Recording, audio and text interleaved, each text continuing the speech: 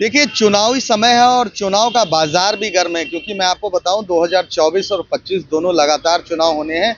2024 में बिहार मैं बताऊं कि पूरे देश में प्रधानमंत्री पद का जो चयन होता है, लोकसभा का चुनाव होने वाला है।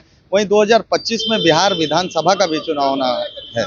इससे पहले लगातार जो खबरें चल रही हैं कि ललन सिंह के इस्तीफे के बारे में, वो तो उस पर पुष्टि हो गई। उसके बाद एक पत्र ललन सिंह का आया है, जिसमें उन्होंने साफ लिखा है कि 20 दिसंबर को जिस तरह से जो तमाम वो अखबार है, यूट्यूब चैनल है, वो चैनल्स हैं, उसमें चल रहा था कि कहीं ना कहीं जो है ललन सिंह ने एक गुप्त मीटिंग बुलाई थी अपने 12 विधायकों की, और वहां पर सरकार गिराने की साजिश चल रही थी। उसका खंडन आज उन्होंने किया है और साथ ही साथ चेतावनी भी दी है पत्र के माध्यम से कि जिस तरह से 20 दिसंबर को दिखाया जा रहा है। उन्होंने स्पष्ट तौर पर उस पत्र में लिखा है कि 20 दिसंबर को वो और मुख्यमंत्री साथ में दिल्ली में थे और शाम में जो सांसदों की बैठक थी उसमें शामिल थे। तो आखिर जो गुप्त मीटिंग बुलाई गई वो आखिर कहाँ हुई थी? लगातार ये खबरें चल रही थी कि राजद से मिलने की तैयारी हो रही है, कहीं ना कहीं ये प्रेशर पॉलिटिक्स हो रहा है, नीतीश कुमार पर दबाव बनाया जा रहा है पद छोड़ने के लिए। और तेजस्वी यादव को की जो ताजपोशी की बात की जा रही थी कि उनको बिहार का नया मुख्यमंत्री बनाने की बात चल रही थी, उन्होंने सिरे से खारिज कर दिया है। हालांकि उन्होंने ये भी कहा था कि वो जो अध्यक्ष पद छोड़ नहीं रहे हैं, लेकिन जब 29 तारीख आती है, कार्य समिति की बैठक होती है, वहां पर उनका इस्तीफा होता है। और जिस तरह से जो जदयू कार्यालय में जो है पटाखे फोड़े जाते हैं, नारे लगाए जाते हैं, इसके दो मायने निकलते हैं। एक मायना तो ये है कि आखिरकार जो है ललन सिंह को आखिर इस्तीफा क्यों देना पड़ा। हालांकि उन्होंने स्पष्ट किया है कि अपने जो लोकसभा क्षेत्र में है उसमें ध्यान देने के लिए, क्योंकि इलेक्शन का समय है और वो मुंगेर लोकसभा से सांसद भी हैं, तो अपने क्षेत्र में उनकी चहल पहल हो, उनकी जो जाने की है उसकी बारी होती है, लोगों से मिलने की बारी होती है, तो उस पर ध्यान दे सके।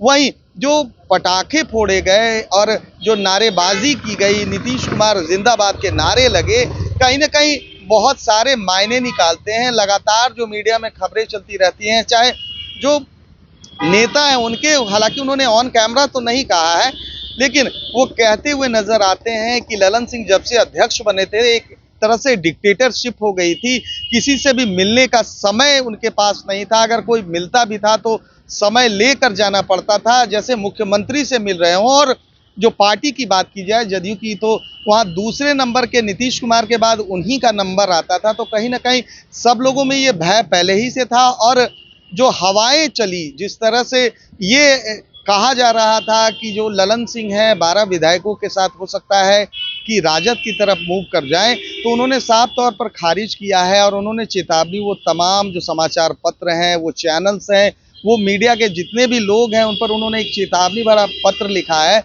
उन्होंने कहा है कि उन पर कानूनी कार्रवाई करेंगे। लेकिन मैं आपको बताऊं कि जिस तरह से जो बिहार में चल रही थी, लगातार चल रहा था, आज से लगभग एक हफ्ते पहले से ही चल रहा था कि जो है ललन सिंह है इस्तीफा दे देंगे। हालांकि सुशील कुमार मोदी ने भी इसकी घोषणा पहले की थी कि ये ललन सिंह जा सकते हैं, वो इस्तीफा दे सकते हैं, उनसे इस्तीफा दिलवाया जा सकता है। और कहीं ना कहीं ललन सिंह जिस तरह से जो जो लगातार जो खबरें चल रही थी उस पर गुस्से में भी नजर आ रहे थे, आज पत्र के माध्यम से उन्होंने जाहिर भी किया है। लेकिन जो खबरें, ये कहानी की शुरुआत आज से लगभग 3 महीने पहले से शुरू होती है, जब पार्टी के जो है भवन निर्माण मंत्री अशोक चौधरी बरबीघा और जमुई जाते हैं। वहां उसी को लेकर जो है पार्टी कार्यालय में ही दोनों के बीच में तू तू मैं होती है, और वहीं से ये कहानी शुरू होती है, उनके हटने की कहानी शुरू होती है। क्योंकि माना जाता है कि अशोक चौधरी भी अब बहुत नज़दीकी हो गए हैं नीतीश कुमार के, संजय झा के भी बहुत करीबी हैं। लगातार आप देख सकते हैं कि संजय झा जहां भी, चाहे वो इंडिया गठबंधन की मीटिंग हो या कहीं और भी, संजय झा तमाम वो कार्यक्रम है उसमें नीतीश कुमार के साथ दिखते हैं। तो कहीं ना कहीं कह सकते हैं कि अशोक चौधरी की जो लॉबी थी वो मजबूत हो गई थी, और इधर ललन सिंह की जो लॉबी है धीरे धीरे कमजोर होती जा रही थी इसको लेकर। और जहां तक जो 12 जो विधायक हैं उनके साथ गुप्त मीटिंग की, तो सूत्रों के हवाले से ये कहा जा रहा है कि शायद जो है नीतीश कुमार को इसकी खबर लग गई थी। खबर लगते ही उन्होंने तुरंत एक्शन लिया, क्योंकि जो सत्ता का लोभ है, जो कुर्सी का लोभ है, वो नीतीश कुमार का जग जाहिर है। जिस तरह से कुर्सी को लेकर लगातार 18 वर्ष से लगातार यहाँ मुख्यमंत्री हैं। बीच में अगर 9-10 महीने की बात की जाए जीतन राम मांझी की, उसको अगर छोड़ दिया जाए तो लगातार नीतीश कुमार ही यहाँ पर मुख्यमंत्री रहे हैं और इतना लंबा शासनकाल अभी तक किसी भी मुख्यमंत्री का नहीं रहा है।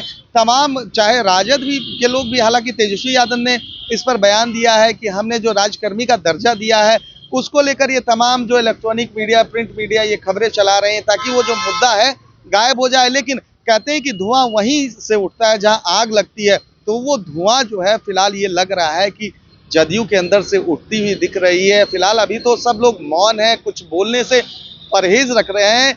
मैं बताऊं कि जदयू ने अपने तमाम वो जो प्रवक्ता हैं उनको भी कुछ इस मुद्दे पर बोलने से मना कर रखा है। हालांकि 1-2 प्रवक्ता बोल रहे हैं लेकिन इस मुद्दे पर खास तौर पर नहीं बोल रहे हैं। लेकिन जिस तरह से मिठाइयां बांटी गई, ललन सिंह के अध्यक्ष पद से हटने से जिस तरह से पटाखे फोड़े गए, नारे लगाए गए, कहीं ना कहीं ये तो जरूर दर्शा रहा है कि जेडीयू में ऑल इज वेल नहीं है। फिलहाल जिस तरह से 2024 का चुनाव नजदीक में है, इंडिया गठबंधन की तमाम वो बैठकें, 4 बैठकें समाप्त हो चुकी हैं और 5वीं बैठक जो है इसी महीने में होनी है और 31 तारीख तक का जो है अल्टीमेटम दे दिया है नीतीश कुमार ने। सीट शेयरिंग का ये अटकलें भी लगाई जा रही है कि 17-17 सीटें जो है राजद और जदयू अपने कोटे में रखेगी, बाकी जो 6 सीट है उनमें 4 कांग्रेस और 2 जो लेफ्ट हैं उनको मिलेगी।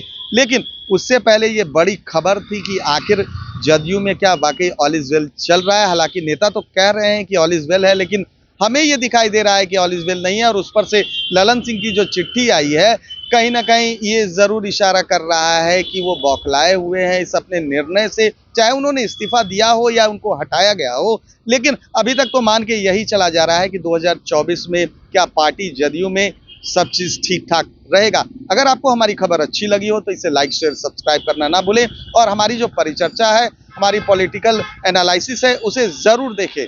धन्यवाद।